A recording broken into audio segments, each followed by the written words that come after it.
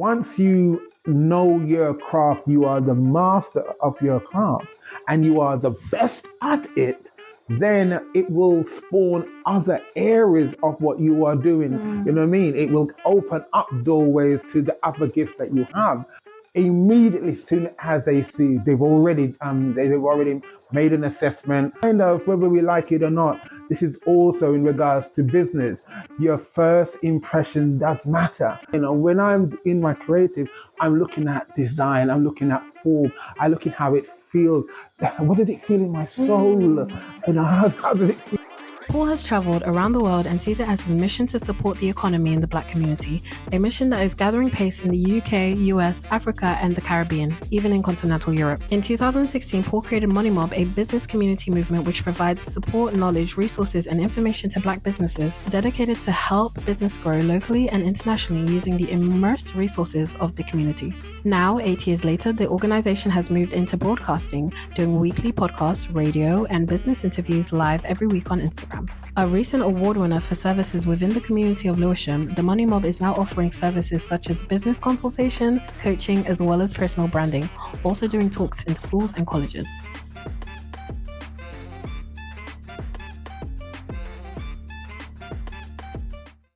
So, welcome to the Trampoline Podcast. My name is Andrea, and we are here with our guest, Paul Mohammed. Hi, Paul. Welcome to the podcast. Thank you for inviting me. No worries. This is my first podcast for you. You just mentioned you don't do much interview. Indeed. So this is probably my second this year. Yeah. So welcome to our space. You have been here before. Absolutely, and it's lovely. Yeah. I especially like this space. I do like this. Honestly, I wish you guys can see the whole thing. Indeed. Office tour coming up because our co-working space is starting up soon. So we're going to be sharing our space with our businesses that are on the cohort. So we're quite excited about that. Very nice. Cool. So a bit about yourself, Paul. Okay. Right. I started off life as my professional life, I was at college studying to be an architect. Okay. Right. My dad wanted me to be an architect. Why? Because he had a building business. He was a carpenter builder, and what the plan was for me to join the company and be the architect. He'll be the builder. We'd have a build design business. It was going to be fantastic. It was going to make a lot of money. And whilst I was at college, I went on a project with him. He was building I think it was a shop next to the mosque that was in East London. The large mosque was in East London, Whitechapel. There was a shop. That was our first project. So I was the design. He was going to and also help with the building. It was a nightmare of a project. It was a nightmare for a project. Oh my goodness. My dad he was a nightmare. And I decided, maybe this build design company empire may not be for me. So I kind of slowly but surely kind of managed to ease my way out of the business. Okay. And I studied a little bit longer. And then one day I was at a college in Shepherd's Bush, and where the building college or the design college was, it was over an annex by the Chelsea College of Fashion. Okay. So I would from time to time go over just to go and get a break, go into the library. I saw it must have been a magazine. It was a magazine, Vogue magazine, right? And it had Naomi Campbell. She was in Morocco, the scene was Morocco. And she just looked glorious. Yeah. And I said, I like this. I know exactly what you're thinking about, yeah. I like that. I said, okay. I think I'm going to maybe slowly but surely, move into that. So, moving forward, studied fine art, a little bit later on, and went on and diploma degree and everything like that. And I took a internship at EC Mayaki. Okay. Yeah. Okay. Yeah. So I was there for a little while, and then I kind of said, I don't know if I'm going to stay here, infinitum. I wanted to kind of maybe do a bit more than just like the design and just stay in that. I wanted to kind of really push my creative kind of juices further. Meeting a couple of friends of mine, I decided to set up like a design business, and whilst we were doing, that, they had said to me that was at that time it was the 80s, so everyone was wearing like suits and Very fun outfits. Yeah. It was it was very about it was it was business, money, red braces, all that kind of stuff. It was very much that. It was very experimental, very free. Yeah. But business was king at that time. Okay. So as a group, we had done they had decided we were going to buy some suits, and the suits were really, really dreadful. And then they said to me, well, Paul, you're a designer. Why don't you design our suits? So I went on to design the suits. And then from there, I grew a formal wear company and had that going for about a good few years, 15 years to be to it. Okay. What was the company called? It's called VIP Clothing, right? Yeah. And we worked with we worked with fashion houses like Glen Models, who supply Selfridges. I worked with now this is like the 80s. So things like people like boxers like Lennox Lewis. I worked and had some clothes made for, as well as other stars. And I had a chance to style, and it was going really, really nicely. And then I transitioned because the business didn't go as well as, and I worked for my first corporate company ever. I worked for John Lewis. And I worked in their fashion department doing like QC work, and then they transitioned into other things such as analytics and the like, and then from there I had as well as kind of doing like part-time like consultation work, branding, design, clients who wanted me to style them still. We then I moved into one of my next iterations. I watched a soap box, and in the actual post itself, it had this lady. She had a shop. She was selling like hair products.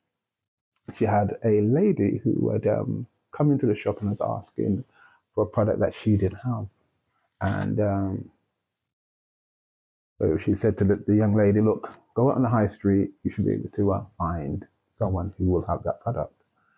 So a few weeks later, the same lady came back to the shop and said, "I found the product. Thank you so much." But funny thing happened. On speaking to some of the chaps that were in the shop, they said, "Look, anything that lady can sell, we will sell 10% less." And she's a bit of a troublemaker, so we are kind of looking to move on off the high street. And when I heard that, I was incensed. I was incensed because she's selling product, for people, in our community who wants to do that. I'm thinking, no, this is crazy. So whilst I was kind of thinking about it, I watched another podcast, and they were doing something in America where they would, look at a business and they would go and visit that business and spend with them. I said, okay, I like that idea. And thus the idea of creating this money mob came to light, And essentially, Money Mob is about like supporting businesses, particularly businesses in the Black ethnic community. And we would, all right, for those of you of a certain age, you would have seen the flash mobs where they would actually go to a train station and then they would literally all of a sudden they start dancing. They were so popular, especially during the noughties, like early noughties. Yeah. Exactly. So that was the idea. So we would actually target a business, usually by referrals, and a day and a time.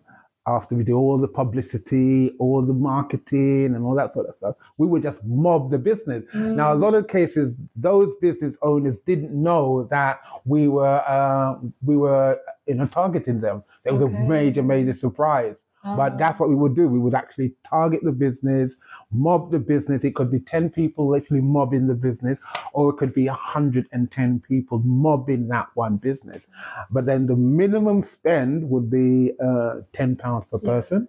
And in that way, we was able to, directly, financially help the business right there and then. But then as we was doing these money mobs, because we used to do it like once a month, we would then find that we were able to,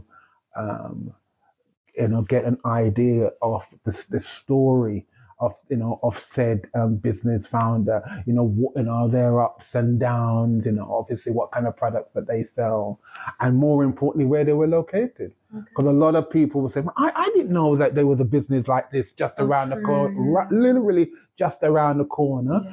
Yeah. And it made me think, okay, there's a marketing and promotion element that is really needed in regards to making sure that we highlight these businesses, particularly, with those who are Black founders per se. Yeah.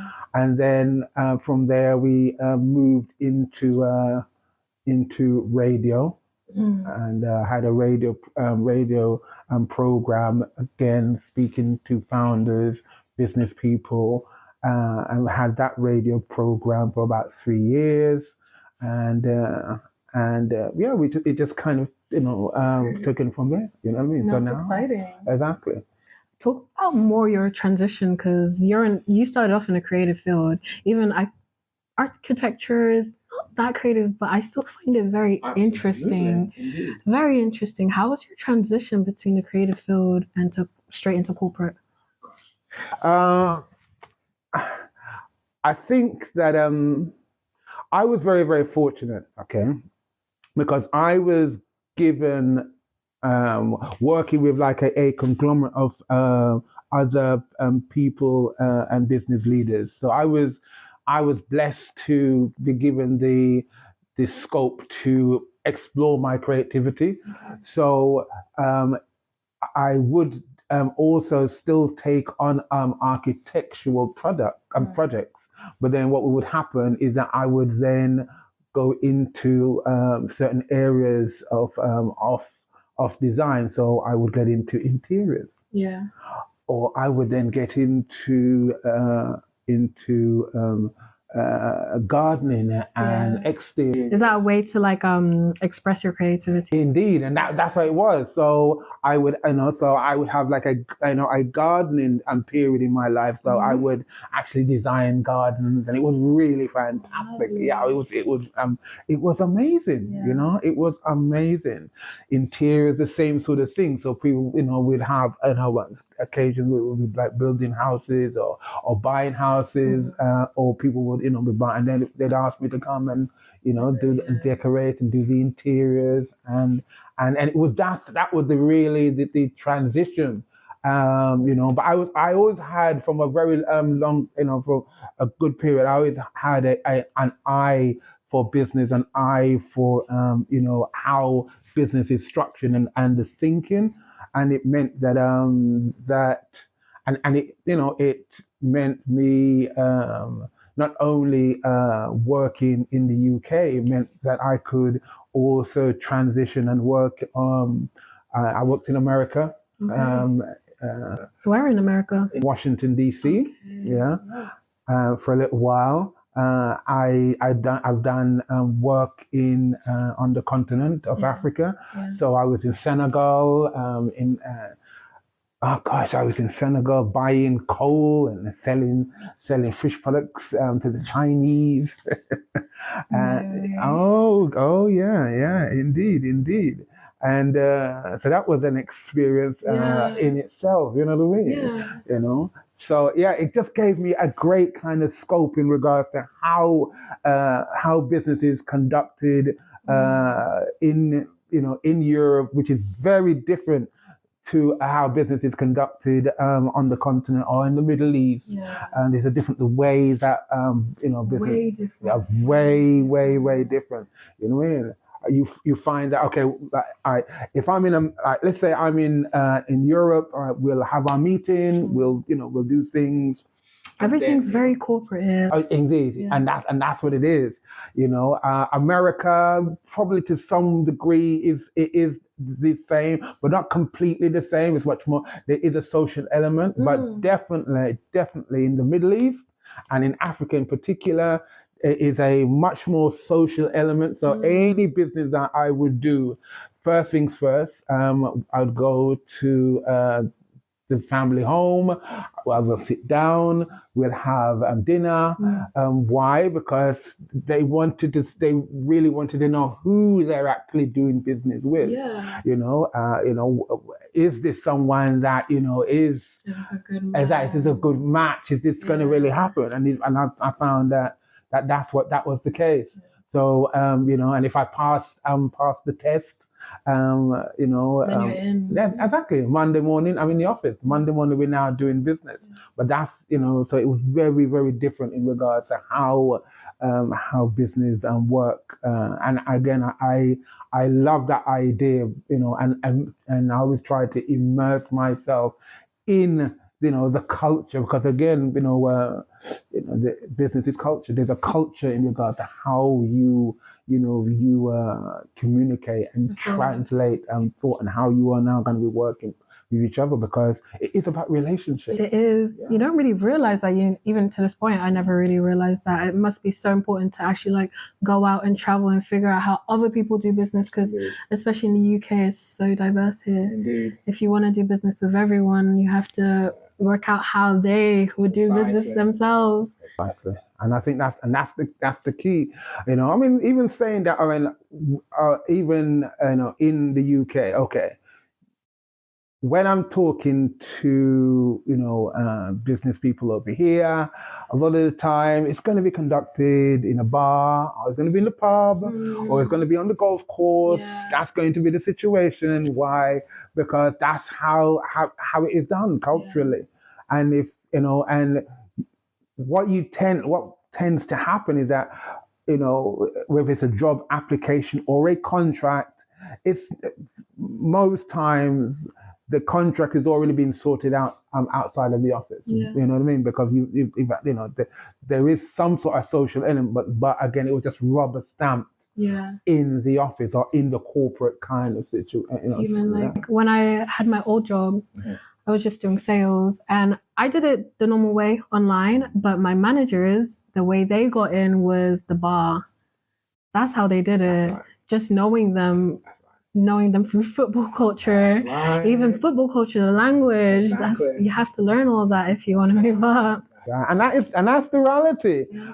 Again, it's only when I worked for a corporate environment I realized, especially in the UK, I realized that oh my God, in certain circles, football is a religion.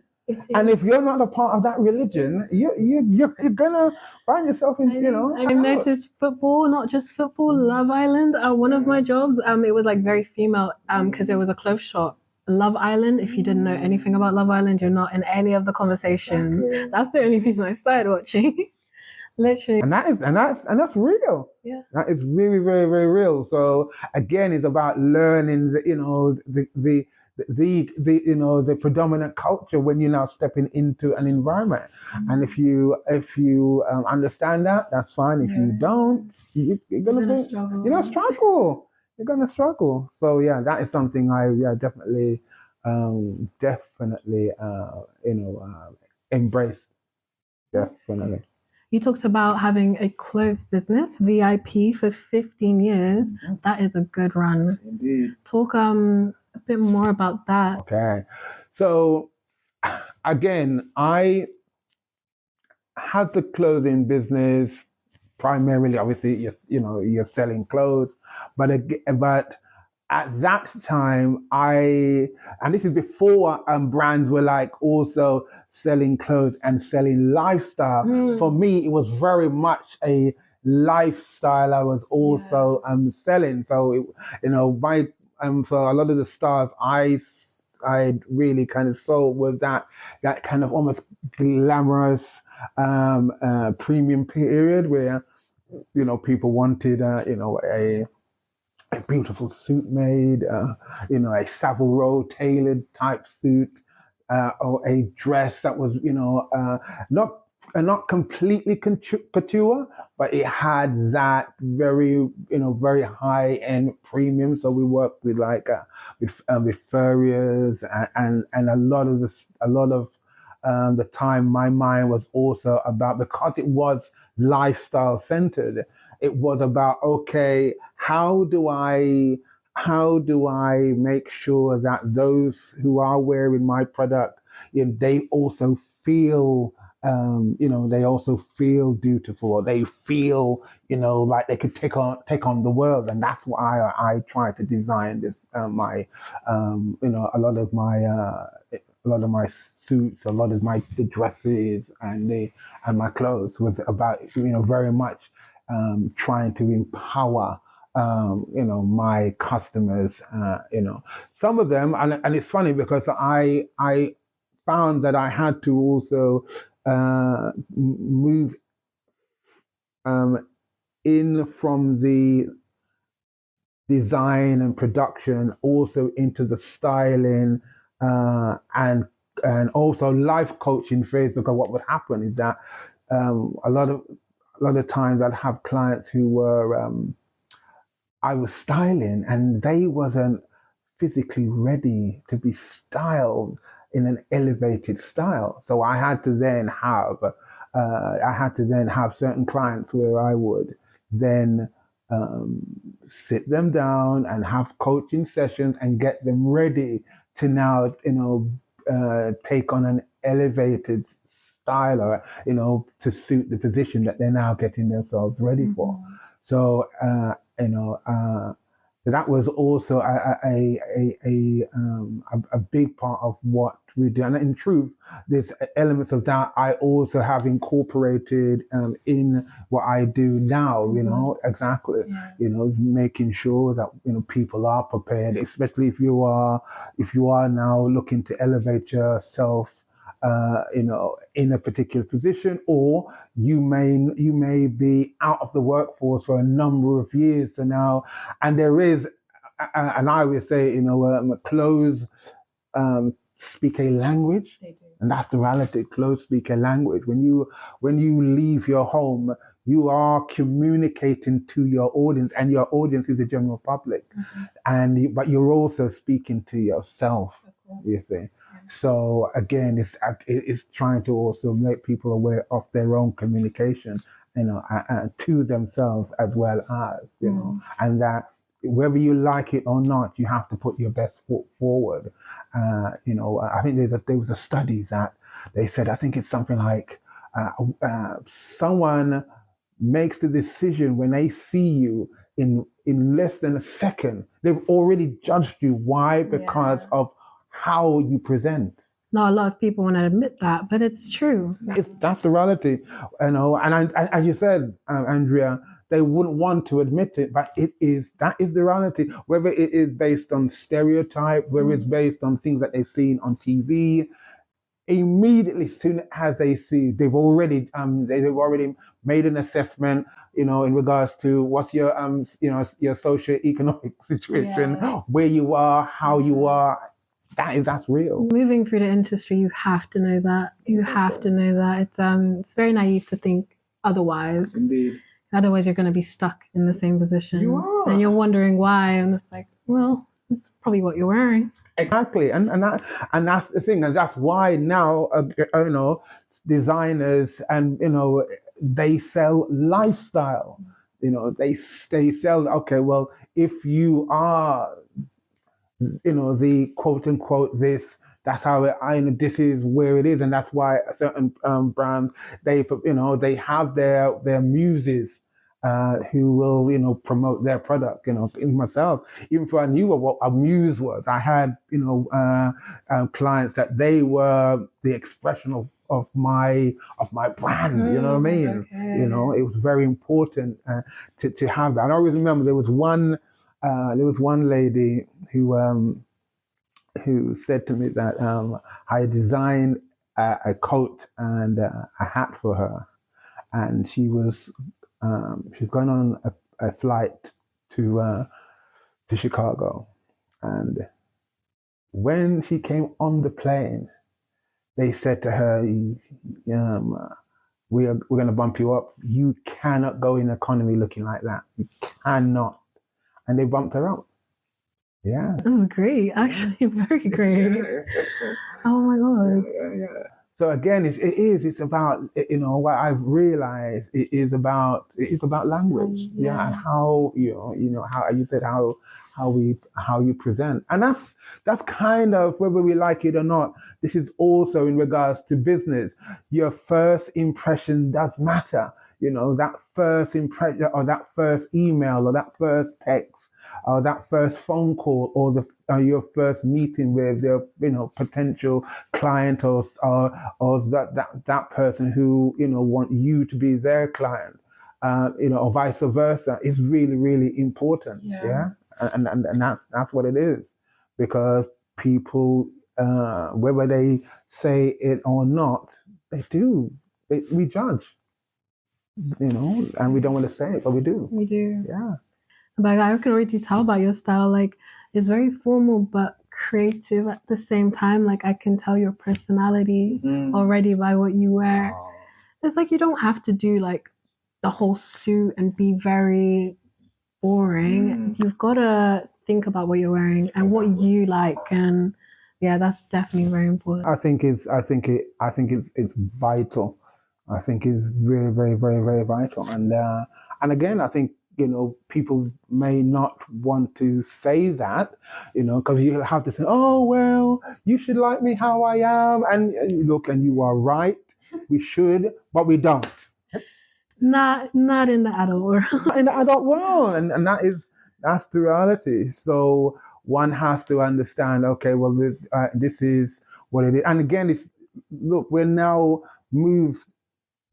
in the social media world. Everyone's seeing you. Exactly. We're in that world of the highlight reel, and if you are not saying something within 3 seconds, I'm going to scroll. No, if I'm not saying something in one second, I'm scrolling. You know what I mean? And so that's the world that we are. We are now living. Attention spans are worse. Exactly. We're now living in the highlight reel world. So I need to make sure I make an impression immediately, especially if I am promoting my business, or promoting my business, because all business has a lifestyle element to their brand, whether you like it or not. That is the thing. Is either, okay, I am appealing to customer A, customer Z. I'm appealing to the 1%, or I'm appealing to the most majority, or I'm appealing to those who have minimum means, and they want something that's also going to be on a level, or they have products that's going to be able to help them as they transition in the world, and that's the thing. Okay, before starting Money Mob, how did you reflect on VIP, like moving into starting a new business? I had always, as I said, I know I have a mind, I have a particular business mind, but I know that when you are a creative thinker, you have to also understand that when you're now moving in the corporate or business world, it is a different thinking. Yeah. It's as simple as that. And if you don't understand, if you don't appreciate that, that's when we now have issues. Yeah. You have to understand that when I'm in my creative, when I wear my creative hat, that's where I am. I'm subsumed in regards to that, because it's all about, that's what's coming in out of the soul. And now, whether it's coming on the paper, or it's coming out in design, or, in certain aspects of what I'm seeing here, what inspires me. That's one thing. When I'm now talking about now going into and supporting businesses, it's about the black and white. What are you now, what are you bringing in, and what are you taking out? And if that doesn't match, then you're going to, your business is going to go in trouble. Yeah. And that's what it is going to be down to the bottom line. And then what are you then, what are you now doing to increase your bottom line? Mm-hmm. What aspects are you, how is your advertising going? Who are you talking? Who you're networking with? What alliances are? And again, it depends on, the stages that you are in your business development. Mm-hmm. But definitely you have to have two distinct minds. That is the reality. Most designers now, they don't even own their own name. Most of their companies are now owned by accountants. Mm-hmm. And that's what it is. Some of the biggest companies that you find in the world, whether it is LVMH or the other major brands, these are businesses that are owned by accountants most of the time. That is the reality. You know what I mean? I know. Caring. That's it. Caring. They have a major company that owns like Gucci and Prada. Oh, yeah. These are owned by businessmen. Yeah, who can do the job. Exactly. Because I know a lot of creatives. I did fashion marketing in university. Mm-hmm. So I had both sides. I learned about the corporate world, and I still got to keep in touch with my creativity. Mm. But I know a lot of fashion designers, people who are strictly into creative subjects, struggle in the corporate world. Indeed. They struggle so much. That's very important, especially if you want to own your own things, which is very important right now. Having people behind the scenes take your name, and hey, you don't know what they're doing with it. That's right. Because you want to stay in this creative bubble. Yeah, I see so many people struggle in that field. Why do you think that is? I think that when you are a creative, right, there is something beautiful about it.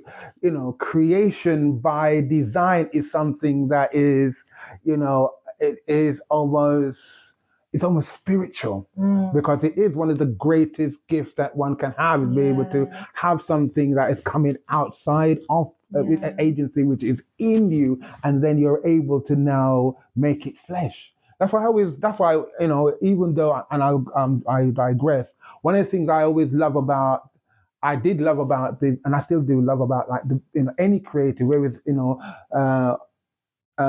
people who are in designing, but particularly the building industry. Mm-hmm. I love the idea that someone's idea has been now taken, and all of a sudden these men and women are able to now take that idea, and they built a 30, 40, 50, 60, 100 150-story building from nothing. Yeah. You know what I mean? I just think that's just so amazing. Yeah. But again, it's I find it because I work with creatives running their design brands, and one of the key things that you see a lot of the time is the idea of I need to have my head within the creativity. Mm-hmm. You know what I mean?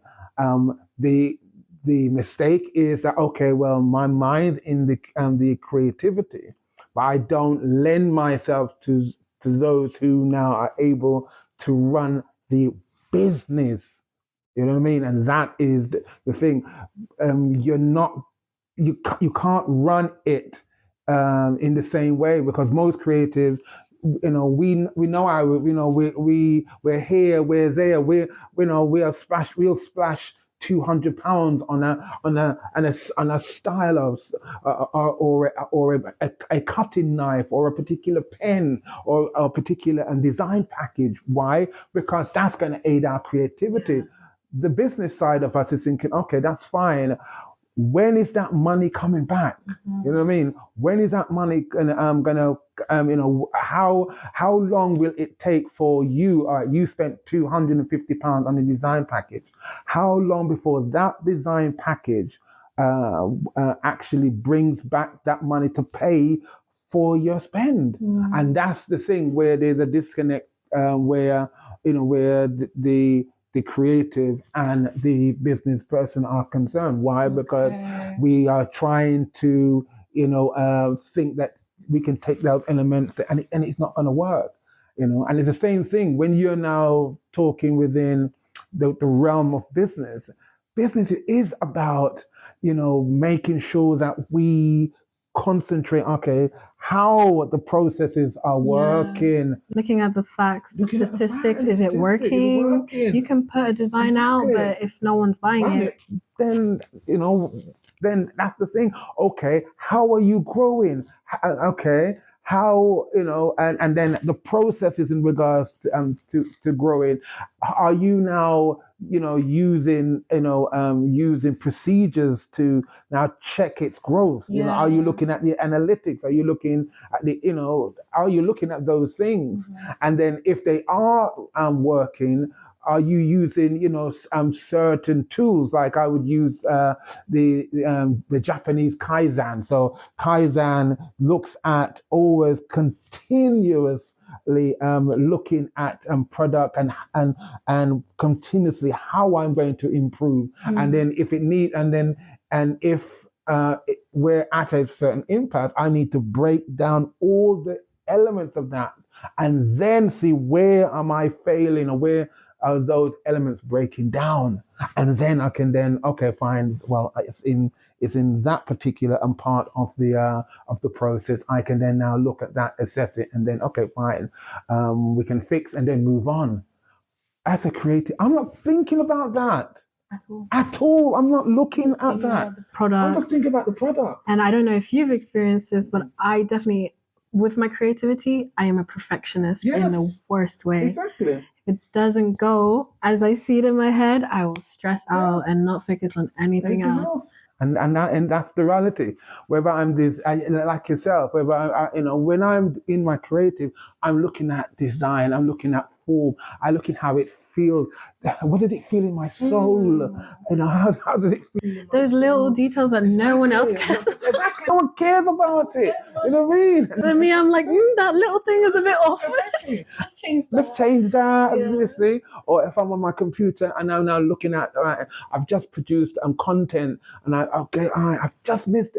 I wanted the actual that particular part of the post to just align with the music, and the music. I'll be searching for the music because it's like 1 nanosecond off. 1 nanosecond. It didn't just show that brand with that beat, that particular, and that's what it is. Why? Because that's how you have to be within the confines of creation, as opposed to now looking at that. Okay, well, that's fine. All right. Okay, that's lovely that you want it like this. We need that advert out by Tuesday at 12. I don't care about you missed that beat. It needs to be out. Why? Because your customers, they need to they need to be alerted that that line is now out and on sale. You know what I mean? They don't care about that beat. I care about, it has to make sure that it goes out, and the deadline is 12:30 at that time. You see, so yes, that's the thing. And again, if one piece of the puzzle doesn't understand the other, that's when problems lie, and you always see it. You know what I mean? You always see it. yeah. You always see it. Speaking of, like, when you have that perfectionist in you, it can come with like fear of failure. Indeed. When you have that deadline and the video doesn't come out the way you want it and you just don't want to submit it, it is the worst. It's the worst. How have you experienced it? Of course, of course. It's not just me. I experience it all the time, and what happens? Then you miss deadlines, and that's fine for maybe one, but once that now becomes 10, and now it becomes a problem now because it's affecting your bottom line. Why? Because you missed your window. People are now looking at, they've gone past you. They're now looking at someone else. Especially today, if you're posting videos, it has to be if you're trying to keep up with trends, they will go so quickly. You miss your opportunity, it's done. It's done. And that's the point. And now we're in that period where, okay, if you are at a peak, you've got to make sure you know what I mean, you've got to get yourself ready for that. You know what I mean? There was a recent podcast, and in the podcast they were talking about Michael Jackson, and Michael Jackson he felt really ill after producing Thriller, because his other albums didn't make as much money, didn't have as much traction.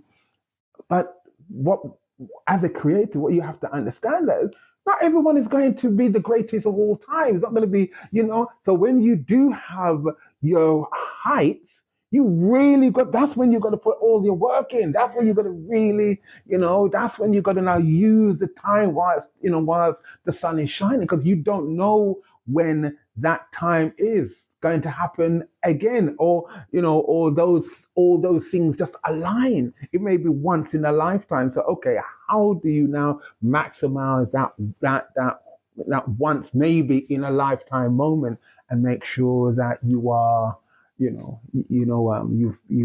able to kind of take things further. You know what I mean? And that's the key. And again, it is a delicate balance. It really is. Oh, it's good that you have that understanding, especially like before starting Moneybob, which I think it's a great idea for businesses. Yeah, I think it's important to have businesses appreciate that. Well, number one, they are entities out there that are looking at them and appreciate what they're doing, because I think anyone that's starting a business, it's not easy at all, and as an accountant I interviewed years ago would say, because if you don't treat your business properly, your business has the ability to hurt you, and really badly. That's the reality. That's the thing, you see.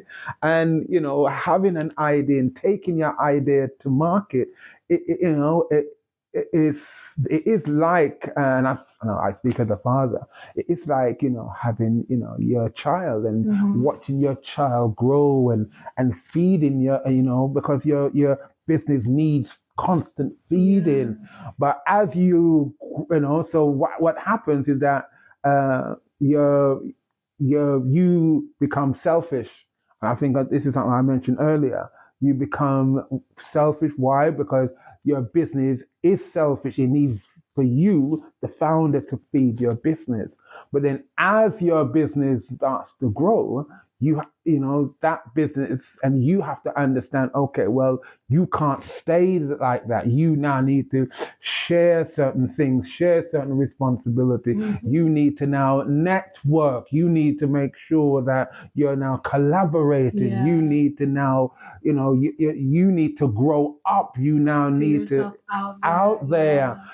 Okay, you were the founder, you were an employee of the business, but now your business look like it's now expanding. So how are you now getting yourself ready to now move from being an employee, but now being an actual business owner, and then allowing other parts or other people within your business to help to take the business further. Yeah. You know what I mean? And not to be too precious about your business, and allow those who are now helping to take your business further, allowing them to sometimes even fail, you know, in that, and allowing that, and having, you know, the fact that, okay, you know, that, you know, because in that way, your business will move exponentially. Why? Because you've got someone who knows that, okay, they know the ethos, they understand, they understand how precious it is to you, but now they've got buy-in. So they now see your business as being quite precious to them also. You know what I mean? And that's all a part of, the growing, and the maturing of what you're trying to do, your business and you. Yeah. You know what I mean? I mean, I think that's why it's really important to have like businesses like Money Mob and Trampoline, who are here to like help grow. Because everyone has a business idea, everyone has that. They just need the help and the mentorship to grow it up, put it out there. Yeah, and I think that's the thinking. That's one of the things that I also appreciate is that, look, when you have, with flourishing businesses, you have flourishing economies. If you don't have flourishing businesses, you do not have flourishing economies. And what you find is that a lot of time when you don't have communities that have flourishing businesses, there is, you will see high rates of crime. You will see high rates of mental health issues. Yeah. Even, there's despair that's happening. There is a feeling of, I cannot do, and then that leads to areas of poverty. So it is important to be able to be a voice and help to those businesses so that the economy can grow, and that and the community in turn, they can they can grow, they can they can have a place, and I think it is vital. Yeah. I mean, I've lived in many places in my life. I've lived in Peckham, where at the time there were actually many small businesses there. I knew where to get my hair done. I knew where to get where the butchers were. And then I moved out. I'm not going to say where I live. I love the place, but there were no small businesses. It was very corporate. And you definitely notice... I mean, there's less people in the street, because nobody's like, it's boring. It gets boring. And yes, knife crime, horrible, especially with younger people who I don't think they have places to go. When I was a kid, I had places to go. And I always say, I feel like I was part of the last generation who really were outside. Because I see it now, everyone's indoors, and you can't control what your kids see online. You can't. So I think now it's very important to have people who want to uplift the community, who want people to go back outside and experience. And that's the thing, those who may be into, crime per se, a lot of them are business leaders in themselves. You know what I mean? They know about product. They know about distribution. They know about selling. They have a workforce, but they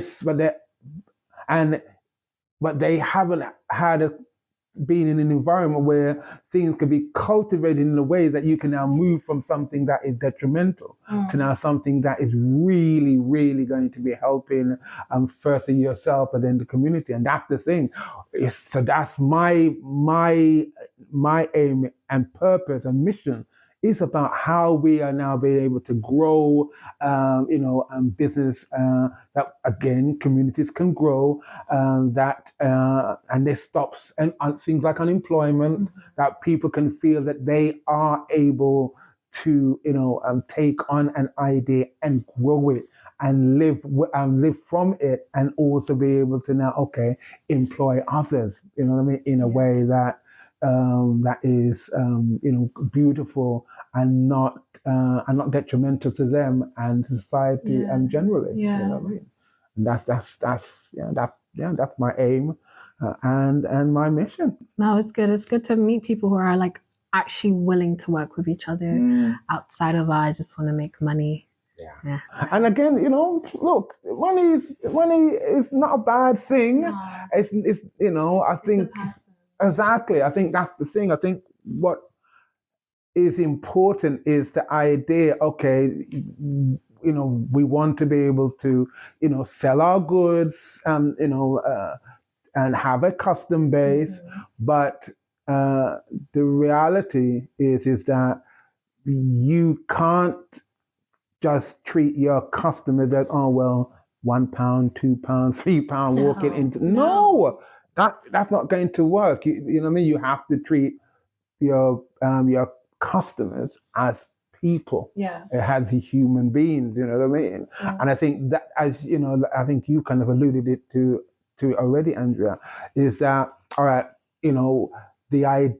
When you were growing, and definitely when I'm growing up, you could go into certain shops and you could see and you could speak to, I know the shopkeeper. The shopkeeper knows me. She's my auntie. Exactly. and that's the thing. So, so if you're going through things, she can see it, he can see it.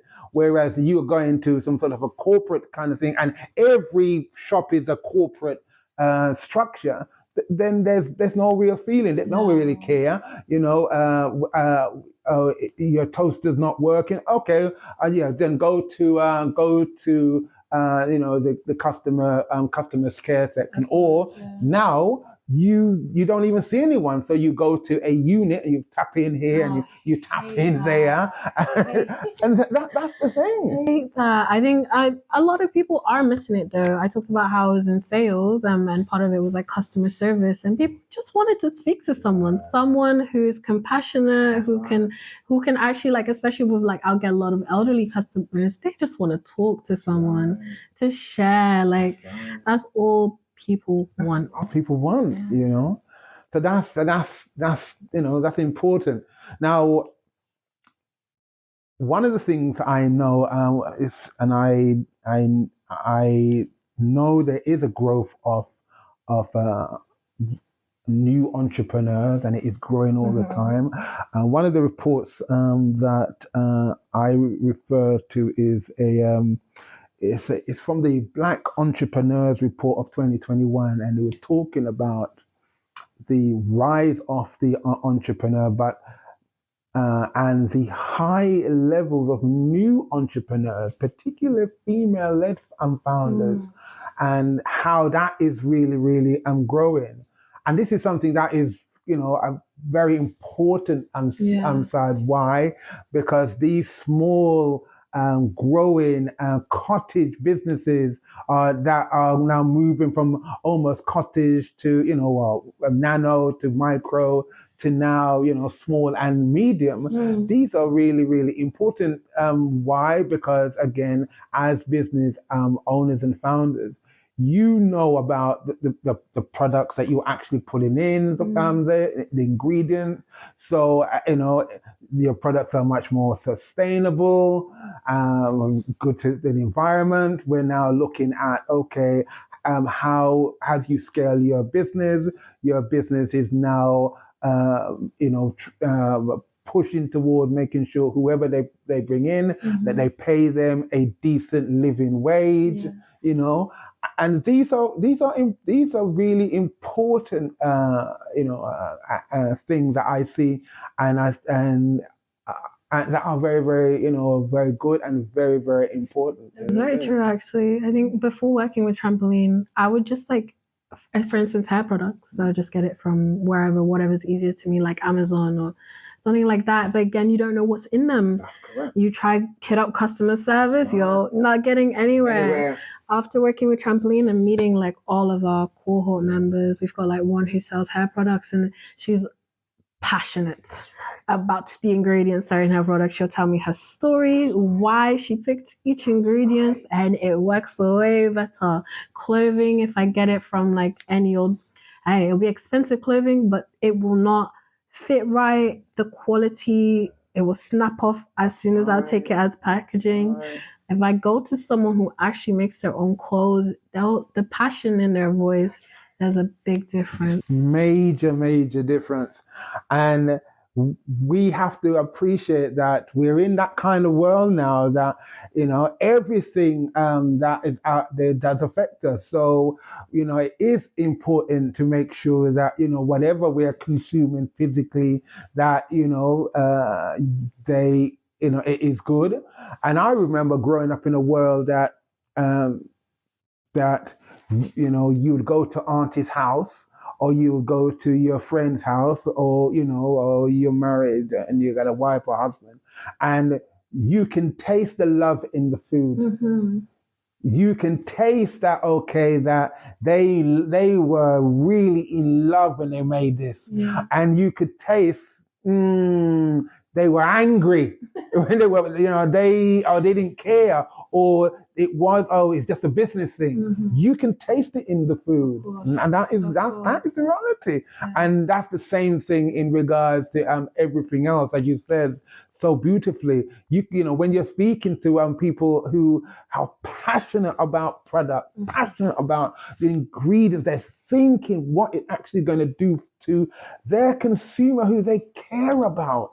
I think it is so important when you think about, okay, I'm looking at the type of material. I want the material to actually breathe, because I want my customers to feel to breathe, as opposed to maybe something else that may not that isn't going to do that. I don't want it to come out of a sweatshop. Exactly. I don't want it to come in something where I know that someone's having to be working for 21 hours a day, or I know that someone who they're 3 or 4 or 5 years old making my making my t-shirt or making my trouser. No, you know what I mean. So again, it is important to have founders that are really thinking about their product and also their customer. It is not just about people walking into your shop and you're counting how much money. Oh, I'm going to get £10 from him and £20 from him or her. No, it cannot be like that. And I don't believe that's sustainable. Yeah, it's never going to work. I mean, you guys can try, but I've noticed people who, at the back of their mind, they just want to make money. They would have 15 businesses running at the same time, and it wouldn't last long, because their end goal is just income.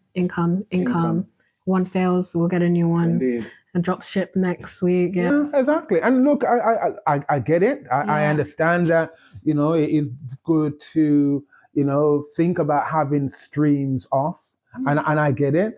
But I would say to anyone, and in fact, I've actually mentioned it to a young lady a couple of weeks ago. First things first, I know there are a lot of very gifted people out there. And with your gifts, you have to temper all your gifts, because you can be gifted in so many things, but again, master of none. So I would always say, look, make sure that you have one gift. In fact, it's something I actually mentioned when I'm teaching in schools and colleges. When you have, okay, this is your main gift. This is what you're going to earn most of your money. Craft your gift. Make sure that you know your craft, because what will happen is that once you know your craft, you are the master of your craft and you are the best at it, then it will spawn other areas of what you are doing. You know what I mean? It will open up doorways to the other gifts that you have. But if you have and you don't have any gifts that you're crafting and you are really excellent at, you will try other things, and you will be, you will have a modicum of freedom and modicum of success still. But again, you don't have one key gift that you have to, that's going to really make you take off. And I always say to my students that make sure you hone your gift. That's number one. Make sure you got one thing that you have crafted. You're being successful at. And then if you have the other things that okay, I know I'm really, really good at this, or I know that I'm blessed with that, then that's fine. Cultivate those kinds of things, but make sure that you have one that you are, you really are, good at. Why? Because, as I said, at least that's going to be the thing that will spawn everything else. And I know that, look, we're now in that time where you are not going to be able to just live on one thing, but at least you know that if you're excellent in this, you will be excellent in other areas, and especially the other areas that you love, you will be excellent in those. No, that's good. That's good advice. Especially with me, I've got so much hobbies that I'm just like trying to pick one. And that's the thing. I would say, man, get one of those things. Learn your craft. Learn your craft. Because your craft, you can take your craft anywhere in the world. You know what I mean? And then the other things, because as I said, I am a creative, but I know I am good at, sourcing business. I have a gift in regards to, coaching, or I have a gift in regards to styling. But, the main thing, all right, I know my craft. And then everything else, and I'm excellent in my craft, and everything else now is able to kind of, work around that. So as I said, be excellent at least your main craft, and then everything else will follow. Everything else will follow. You know what I mean? Why? Because you know certain disciplines. Because that's the other thing, is about discipline, having the idea of making sure that you can stay when things are going well, and stay when things are not going well. There are certain disciplines you have to learn as you now build yourself, or build your brand, or build your business, and that will then follow through in regards to the other things or the other gifts that you have. It isn't just there's certain disciplines that you learn, in building, whatever you are looking to build. I think that's very important. Between like creativity and discipline, you have to have a balance. You have to have a balance, and that's the thing. People go crazy, struggling for balance. You know what I mean? They just do. They just do. They go crazy, struggling for balance. And I know, because I sit down with with clients all the time, struggling to get the right balance. But when you think, okay, they're doing 10, 20 things simultaneously, it's a recipe for disaster. You know what I mean? I just want to ask one more question before we get into the final part. Talk to me more about Money Mob. You said your flash mobs. How did you work with that? How did I work with that? I mean, flash mobs are a big thing anyway. That's a whole crowd that you can't really control. Indeed. So generally, when we started the Money Mob, it was something that was quite organic, and I think our first Money Mob, we had, I remember podcasters coming down, broadcasters coming down, and say, "Oh my God, this sounds fantastic," And yes, I had to make sure I tempered that. But in its growth, it was very much. I think because of the whole ethos, and again, remember, I was talking about when. We're talking about trying to make sure people understand the lifestyle of world building, around, the concept. people came in with the mind that, okay, well, look, I'm looking to come to spend. I'm looking to come to support. I'm not looking to come to criticize. That's exactly my mission.